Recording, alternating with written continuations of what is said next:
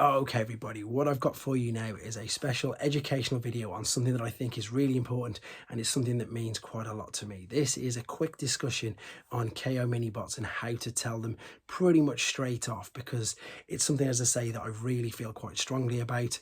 I think that there are still, unfortunately, quite a few unscrupulous sellers out there. I'm not going to name and shame any names, but the problem is there's a minefield out there, and indeed some KOs now have been around for about 20 years. So they could have had these in the attic for 20 years, etc.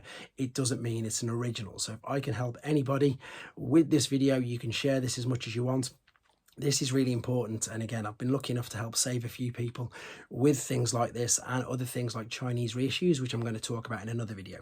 Right, so what I've got here is I've got some screenshots, because I don't actually have any KO minibots, of some I've took from eBay. So we've got a Huffer mint on seal card there, we've got a Pipes, and then we've got a Bumblebee. Now, sometimes one of the main obvious things is, in fact, that there's no rub signs, but that obviously isn't always the case, because a lot of the figures didn't always have the rub signs on them, and indeed, unfortunately, some of the new ones do, in fact, have rub signs on. But the biggest thing, the biggest tell, which will know, you can see straight away. So hopefully, as soon as you see a figure, and if it says it's vintage original, you need to look at the center punch. Now, the center punch on here, so if it was to be hung out on a rail or on a rack in a store, is, ironically enough, it is smack bang in the center.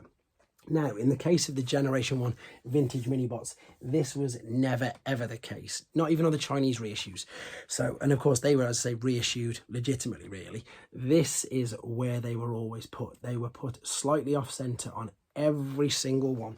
Now, there's countless other minibot videos on this channel if you want to check them out, and again, to help you out. But the biggest telltale is this. You can see straight away. So if you look at a figure, and it doesn't matter whether they say it's how old, if it's got the center punch, even if I grab this one here, if it's got the center punch in the center, it is not an original. It is 100% KO. So if this helps anybody, then that is fantastic. I'm going to do more videos like this to help people know the difference.